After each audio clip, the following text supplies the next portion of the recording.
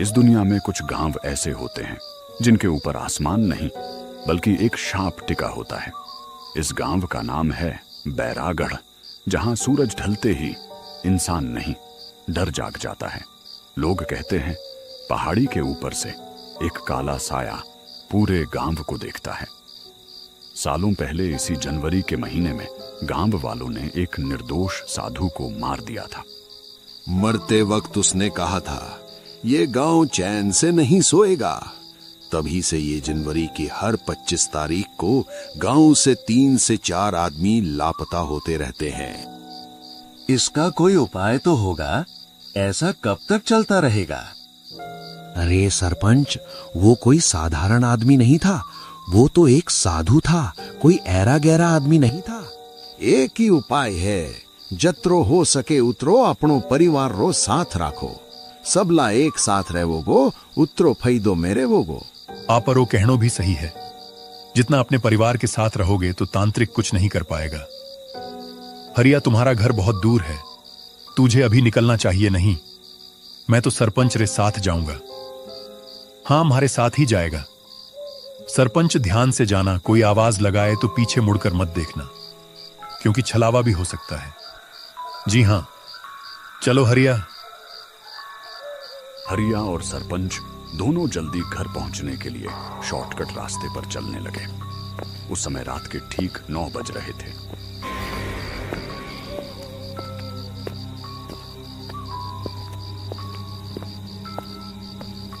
अंधेरा धीरे धीरे जंगल पर हावी हो रहा था।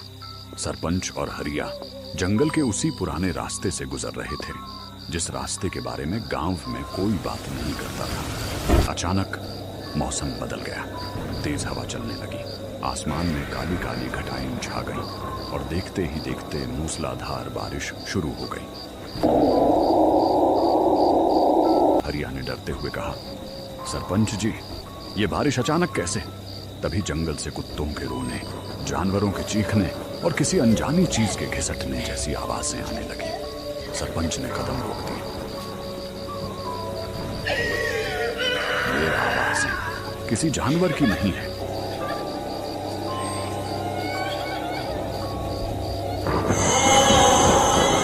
दोनों आगे बढ़े ही थे कि बारिश में चमकती हुई कोई चीज दिखी।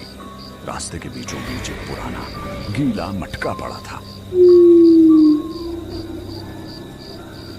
मटका बिल्कुल सही सलामत, जैसे कोई जानबूझकर वहीं रख गया हो। हरिया बोला, इतनी रात में जंगल के बीच ये मटका? सरपंच ने गुस्से में कहा, कोई खेल कर रहा है, उठा इसे। हरिया पीछे हट गया। नहीं, आप उठाइए। कुछ सेकंड तक दोनों एक दूसरे की तरफ देखते रहे।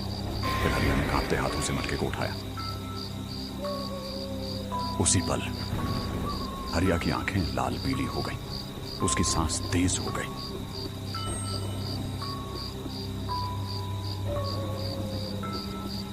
आवाज बदल गई। सरपंच चिल्लाया, हरिया, क्या हो गया तुझे? हरिया ने बिना जवाब दिए धीरे धीरे मटके का ढक्कन खोला और उसी पल मटके से काली धुंध बाहर निकली। उस धुंध के बीच से एक डरावनी हंसी गूंजी। उसके मुंह से काली धुएं जैसी परछाई बाहर निकली। हरिया पीछे हटते हुए बोला, राम राम, ये कोई इंसान नहीं है सरपंच जी। परछाई की आंखें जलने लगी। डर क्यों रहे हो सरपंच? तुम्ही ने तो कहा था मार दो इसे। सरपंच का चेहरा सफेद पड़ गया। नहीं, मैंने किसी को नहीं मारा, गांव वालों ने किया था। तांत्रिक हंसा।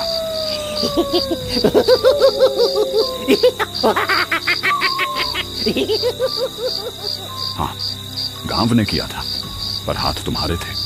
हरिया रोते हुए बोला, महाराज, हमसे गलती हो गई, माफ कर दो। तांत्रिक अचानक हरिया से बोला, मरे हुए को महाराज नहीं कहते हैं। उसकी सांस ठंडी हो गई। गलती तब होती है जब अनजाने में हो। फिर सरपंच की तरफ देखकर बोला, तुमने मेरी आंखों में डर देखा था, आज मैं तुम्हारी आंखों में डर देखना चाहता हूं। सरपंच घुटनों पर गिर गया। जो सजा देनी है मुझे दे दो, हरिया को छोड़ दो। तांत्रिक की आवाज अचानक टूट गई, मानो रो रहा हो। जब मैंने यही कहा था तब किसी ने सुना था क्या?